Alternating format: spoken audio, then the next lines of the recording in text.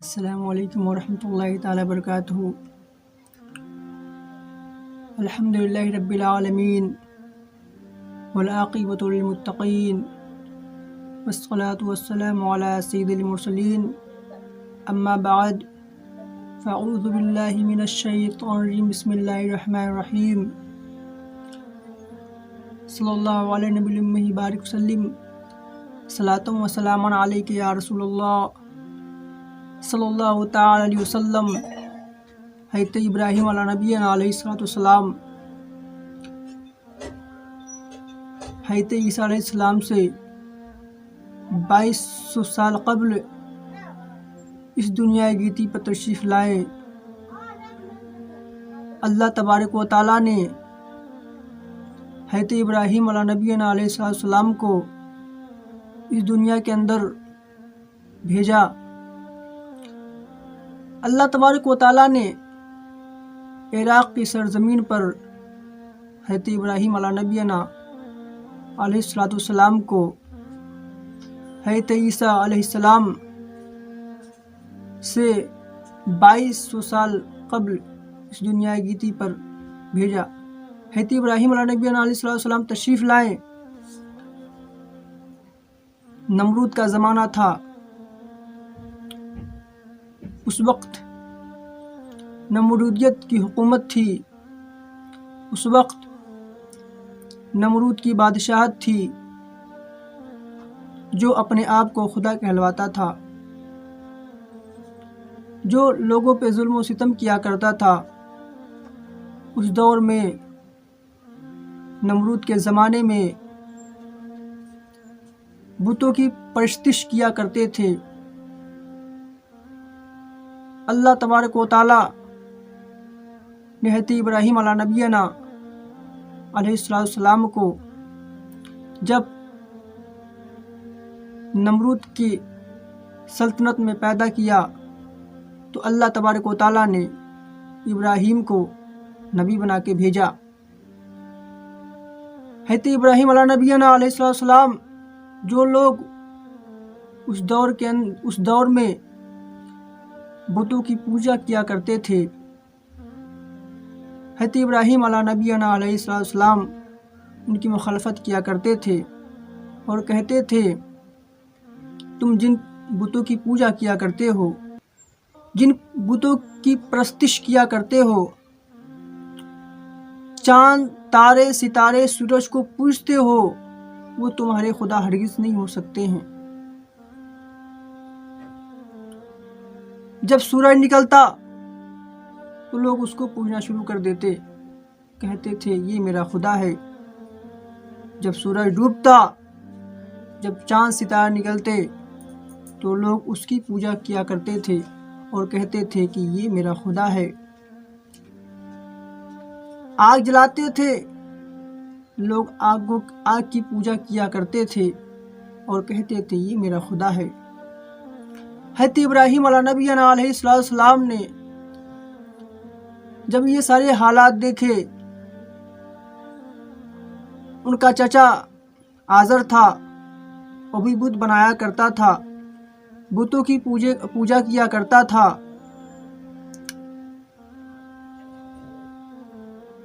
حضرت ابراہیم علیہ نبینا علیہ السلام جو بت پرست تھے ان کی مخالفت کیا کرتے تھے۔ جب یہ بات نمرود تک پہنچی تو نمرود نے حضرت ابراہیم علیہ السلام کو اپنی بارگاہ میں، اپنے دربار میں بلایا۔ تو ابراہیم علیہ السلام نے نمرود کو سجدہ نہ کیا تو نمرود بہت غصے میں ہوا، بہت ناراض ہوا اور کہنے لگا کہ آپ کو پتہ ہے کہ میں خدا ہوں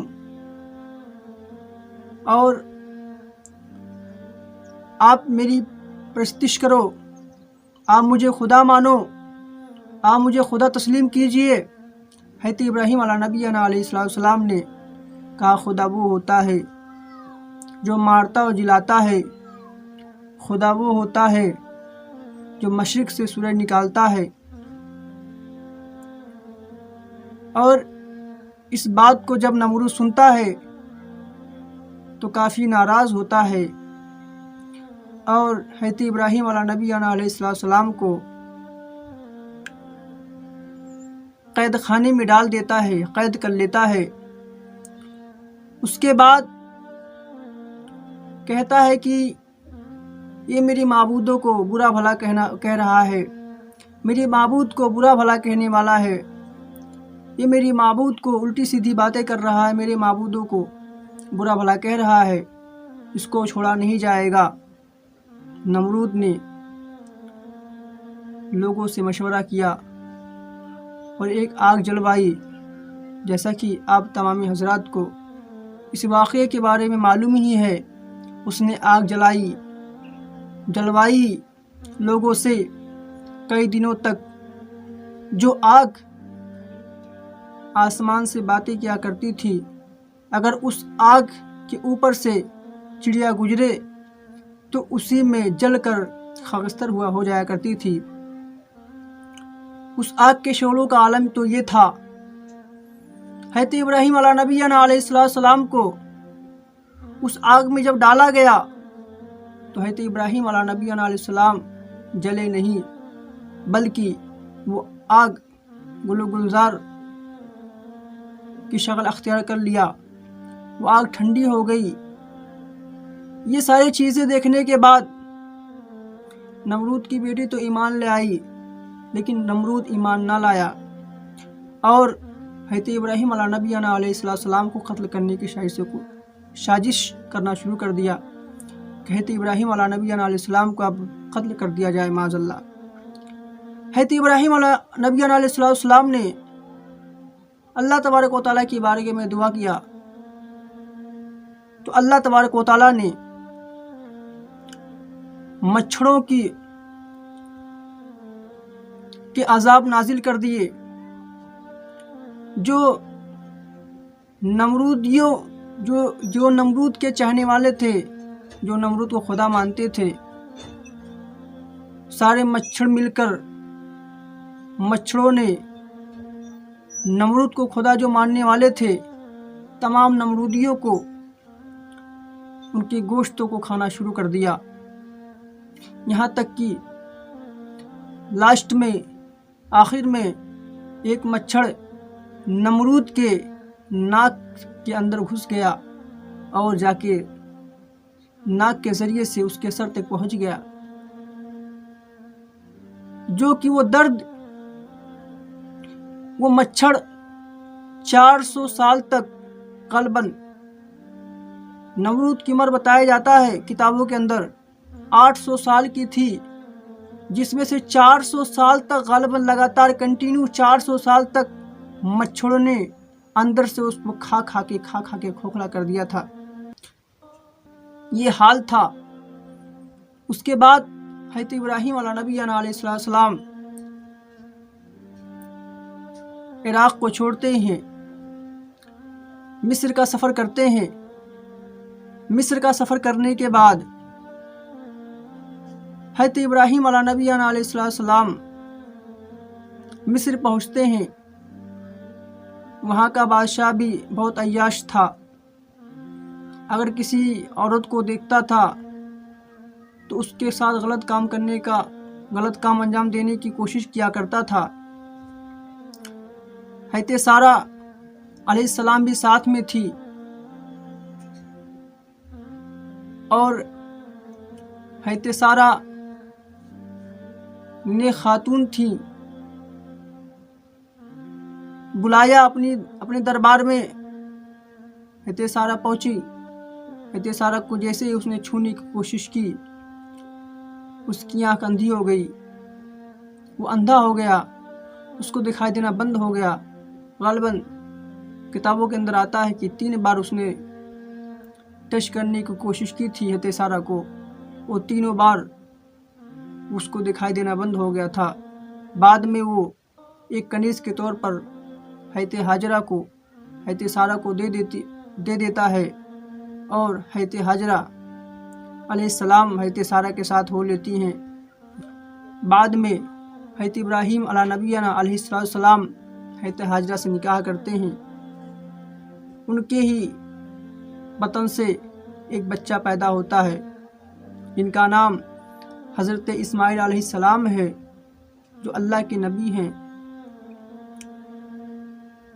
کچھ عرصہ گزرتا ہے، امتحانات پہ امتحان ہو رہے ہیں، امتحانات پہ امتحانات ہو رہے ہیں۔ حضرت ابراہیم علیہ نبینا علیہ السلام خواب میں دیکھتے ہیں قربانی کا، کہ قربانی کا حکم اللہ تبارک و تعالیٰ مجھے دے رہا ہے۔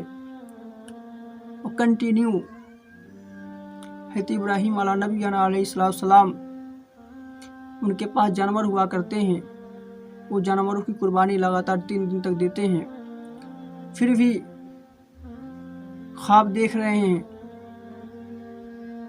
اپنے بچے کو لے کر جاتے ہیں حضرت اسماعیل علیہ نبینا علیہ السلام کو، لے جانے کے بعد نہلاتے ہیں، نیا کپڑا پہناتے ہیں، حضرت حاجرہ سے کہتے ہیں کہ تیار کر دو۔ راستے میں لے کے جاتے ہیں، شیطان حضرت اسماعیل علیہ نبینا علیہ السلام کو بہکانے کی کوشش کرتا ہے، کہتا ہے آپ کو معلوم نہیں ہے کہ آپ کے والد صاحب، آپ کے ابو جان آپ کو کہاں لے کے جا رہے ہیں؟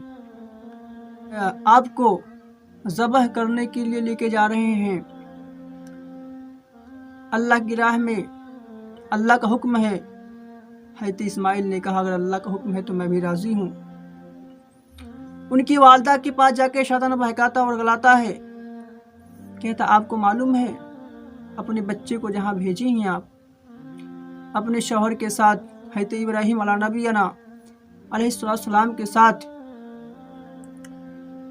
وہ آپ کے بچے کو ذبح کرنے کے لیے لے کے جا رہے ہیں، ایک خواب کی تعبیر پوری کرنے کے لیے، ایک خواب دیکھے تھے اسی کو سچ کرنے کے لیے جا رہے ہیں، جو کہ اللہ کا حکم ہے۔ حضرت حاجرہ نے کہا اگر اللہ کا حکم ہے تو ہم بھی راضی ہیں۔ حضرت ابراہیم علیہ نبینا علیہ السلام کو بہکاتا ہے اللہ کا نبی، شیطان پہنچتا ہے کہ آپ ایک خواب کو سچ کرنے جا رہے ہیں، جو ایک خواب آپ نے دیکھا اس کو آپ سچ کرنے جا رہے ہیں۔ تو ابراہیم علیہ السلام نے کہا یہ اللہ کا حکم ہے، تو مجھے شیطان اور مردود لگتا ہے، یہ خواب نہیں یہ حقیقت ہے، تو مجھے شیطان اور مردود لگتا ہے۔ اس کے بعد حضرت ابراہیم علیہ نبینا علیہ السلام پہنچتے ہیں۔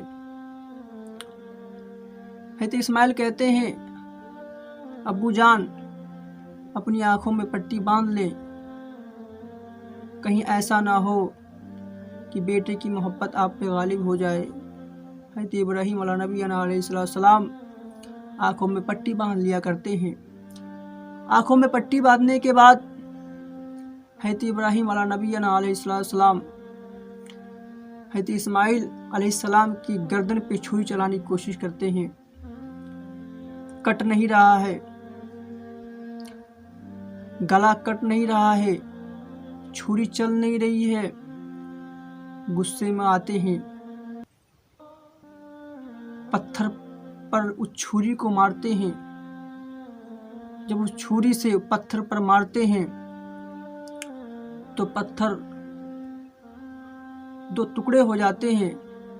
کافی حیران و پریشان ہوتے ہیں کہ ایک نرم و نازک گلا، کافی ٹائم سے میں کوشش کر رہا ہوں کہ کٹ جائے لیکن کٹ نہیں رہا ہے، اور میں نے جب اس چھری سے اس پتھر پہ مارا تو پتھر 2 ٹکڑے ہو گئے۔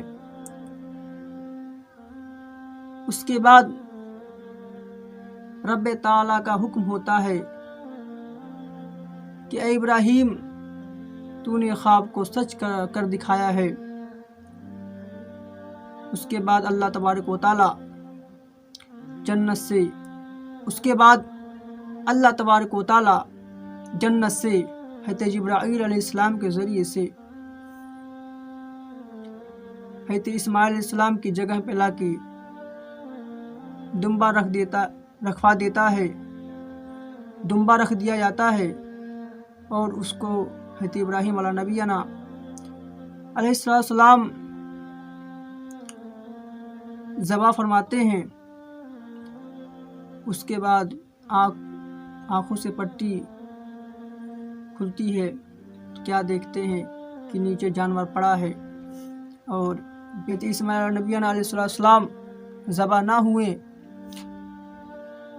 اس کے بعد سے لے کر آج تک یہ رسم ہوا، جو بھی شخص مالک نصاب ہے اس پہ قربانی واجب ہے۔ اگر وہ مالک نصاب ہے تو اس پہ قربانی واجب ہے، اگر وہ قربانی نہیں کرے گا تو گنہگار ہوگا۔ اللہ تبارک و تعالیٰ کی بارگاہ میں دعا ہے، مولا جتنی مسلمان بھائی جتنی مومن ہیں، اللہ سب کو قربانی کرنا نصیب عطا فرما۔ اللہ تبارک و تعالیٰ کی بارگاہ میں دعا ہے، مولا قدیر ہر کسی کو حج بیت اللہ کا دیدار نصیب عطا فرما۔ اللہ تبارک و تعالیٰ کی بارگاہ میں مولا ہر کسی کو مدینہ منورہ کی زیارت کرنا نصیب عطا فرما۔ دکھا دے یا الہی وہ مدینہ کیسی بستی ہے، جہاں پہ رات دن مولا تیری رحمت برستی ہے۔ دکھا دے یا الہی وہ مدینہ کیسی بستی ہے، جہاں پہ رات دن مولا تیری رحمت برستی ہے۔ بس وما علینا الا البلاغ۔ السلام علیکم ورحمۃ اللہ تعالیٰ وبرکاتہ۔ پھر ملیں گے آپ سے اگلے ویڈیو میں، آپ بنے رہیں فی امان۔